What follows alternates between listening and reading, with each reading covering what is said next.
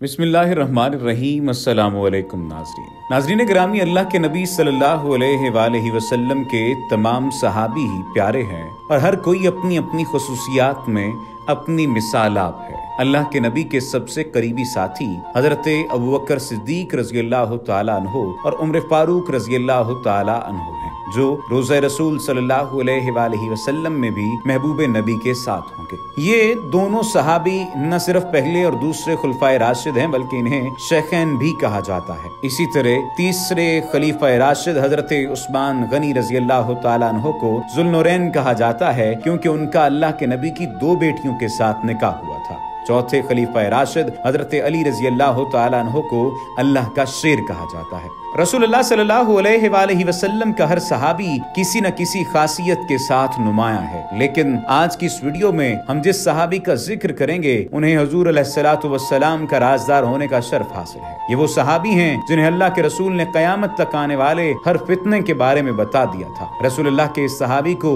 Medina के मुनाफिकीन के नाम भी मालूम थे, लेकिन रसूलुल्लाह की नसीहत के बायस कभी भी ये नाम आश्कार नहीं किए। नाज़रीन, ये सहाबी हजरत हुज़ैफा बिन अल यमान हैं, जिन्हें कातिब वही होने के साथ साथ अल्लाह के नबी का राजदार सहाबी भी कहा जाता है। रसूल अकरम सल्लल्लाहु अलैहि वसल्लम हर सहाबी को उसकी सलाहियतों के हिसाब से काम सौंपा करते थे। हजरत हुज़ैफा रज़ियल्लाहु ताला अन्हु में 3 खुसूसियात थी जो उन्हें दूसरों से मुमताज करती थी। अव्वल ये कि वो बहुत ज़हीन और समझदार थे, मुश्किल से मुश्किल मसले का हल ढूंढ निकालते। दोम, बहुत जल्द बात की तह तक पहुंच जाते और नतीजा अखज़ करने में देर न करते। सोम ये कि राज को राज रखते थे। उनकी राजदारी का ये आलम था कि रसूलुल्लाह सल्लल्लाहु अलैहि वसल्लम ने उन्हें मुनाफिकीन के नामों से आगाह कर दिया था। ये एक ऐसा राज था जो किसी और सहाबी के पास नहीं था। आप सल्लल्लाहु अलैहि वसल्लम ने हजरत हुज़ैफा रज़ियल्लाहु ताला अन्हु को ताकीद फरमा दी थी कि इसे राज में रखना और मुनाफिकीन की हरकत व सकनात पर भरपूर नजर रखना,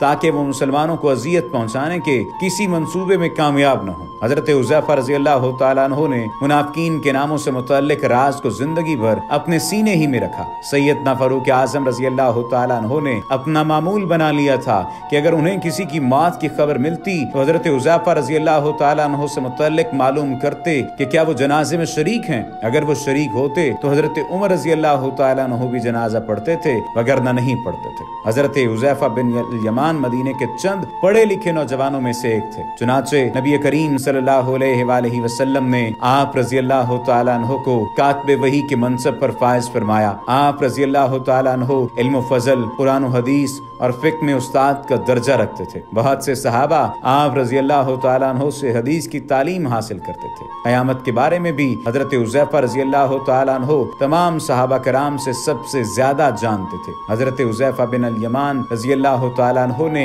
एक बार फरमाया, क़यामत तक जितने फितने पैदा होने वाले हैं, लोगों में से सबसे ज्यादा उन्हें जानने वाला मैं हूँ, और क्यों कर न जानूं। रसूलुल्लाह सल्लल्लाहु अलैहि वसल्लम ने मुझसे वो राज की बातें फरमाई हैं जो किसी और से नहीं फरमाई। हाँ, लेकिन हुजूर नबी करीम सल्लल्लाहु अलैहि वसल्लम एक मजलिस में तशरीफ लाए और आने वाले फितनों से खबरदार फरमाया। छोटे फितनों पर भी और बड़े फितनों पर भी इस मजलिस के हाजरीन में से अब मेरे सिवा तमाम लोग दुनिया से रुखसत हो चुके। लेकिन एक बार हजरत हुज़ैफा रज़ियल्लाहु ताला अन्हु बिन अल यमान ने फरमाया, अगर मैं चाहूँ तो क़यामत तक आने वाले हर फितनाबाज जिसकी जमात की तादाद 300 तक पहुँचती हो, मैं उसका नाम, उसके बाप का नाम, उसकी रिहाइश तक बता सकता हूँ। और ये सब बातें मुझे रसूलुल्लाह सल्लल्लाहु अलैहि वसल्लम ने बताई हैं। लोगों ने हजरत हुज़ैफा से पूछा कि क्या उन लोगों का तयन कर दिया गया है? तो आपने फरमाया, हाँ, यूं ही समझ लो, अहले इल्म उनको पहचान लेंगे। फिर हजरत हुज़ैफा रज़ियल्लाहु ताला अन्हु ने फरमाया, तुम लोग रसूलुल्लाह सल्लल्लाहु अलैहि वसल्लम से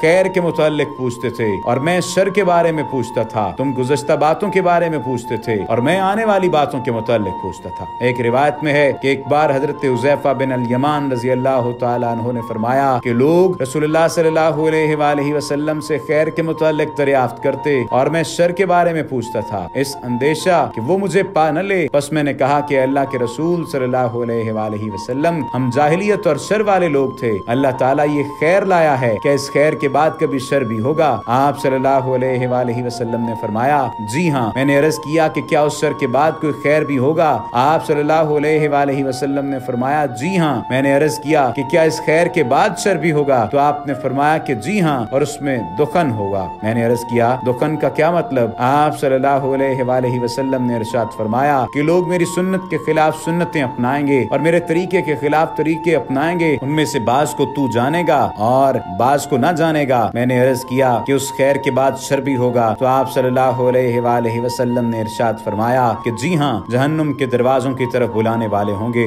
جو ان کی پکار پر لبیک کہے گا وہ اسے جہنم میں پھینک دیں گے۔ میں نے عرض کیا کہ اے اللہ کے رسول صلی اللہ علیہ وآلہ وسلم ان کے اوصاف میرے سامنے بیان فرما دیجئے۔ آپ صلی اللہ علیہ وآلہ وسلم نے ارشاد فرمایا کہ وہ ہمارے ہم جنس ہوں گے اور ہماری زبان بولیں گے۔ ایک بار حضرت حذیفہ بن الیمان رضی اللہ تعالیٰ عنہ نے فرمایا کہ اگر میں تمہیں وہ ساری باتیں بتا دوں جو میں جانتا ہوں تو رات آنے تک تم مجھے دیکھ نہ سکو گے۔ آپ رضی اللہ تعالیٰ عنہ کی شان بے نیازی کا یہ عالم تھا کہ فاروق اعظم رضی اللہ تعالیٰ عنہ کے دور میں آپ کو مدائن کا گورنر مقرر کیا گیا۔ گورنر کی حیثیت کا ذکر کیا جائے تو گورنر کی حیثیت سے آپ رضی اللہ تعالیٰ عنہ کے مدائن میں داخلے کا انداز بھی بڑا نرالا تھا۔ معززین شہر ہزاروں افراد کے ساتھ آپ کے استقبال کے لیے شہر سے باہر جمع ہوئے۔ سب کی نظریں گورنر کی شاہانہ سواری کی منتظر تھیں کہ اس دوران ایک شخص نہایت معمولی لباس زیب تن کیے ہوئے ایک خچر پر سوار شہر میں داخل ہوا۔ کسی نے نوٹس ہی نہیں لیا۔ جب کافی دیر گزر گئی تو فکر بڑھی اور پوچھا کہ کیا بات ہے، حاکم شہر ابھی تک تشریف نہیں لائے۔ بتایا گیا کہ وہ تو تم سب کے سامنے سے گزر کر شہر کے اندر چلے گئے ہیں۔ یہ سن کر معززین شہر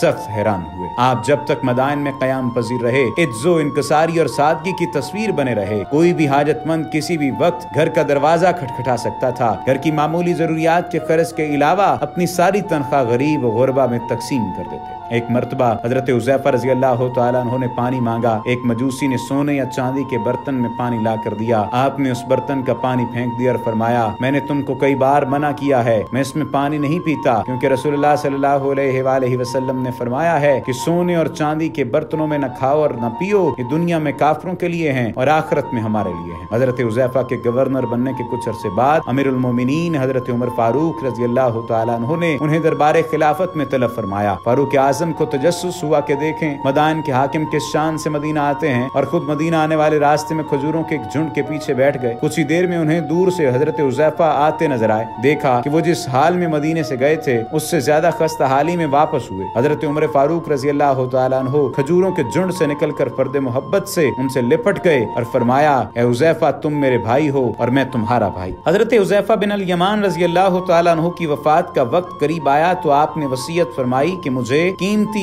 کفن نہ دینا، اگر اللہ کے یہاں میرے لیے بہتری ہے تو مجھے وہاں جنت کے کپڑے کے بہترین کفن سے نوازا جائے گا، اور اگر وہاں پر میرے لیے بہتری نہیں ہے تو یہ کفن بھی مجھ سے چھن جائے گا۔ پھر آپ رضی اللہ تعالیٰ عنہ نے فرمایا اے اللہ تو جانتا ہے کہ میں نے امیری کے مقابلے میں فقیری کو چاہا ہے اور ہمیشہ موت کو زندگی پر ترجیح دی ہے۔ یہ کہہ کر اپنے خال کے حقیقی سے جا ملے۔ آپ نے تیسرے خلیفہ راشد حضرت عثمان غنی رضی اللہ تعالیٰ عنہ کی شہادت کے 40 روز بعد سن 35 ہجری میں مدائن میں وفات پائی۔ وما علینا الا البلاغ المبین۔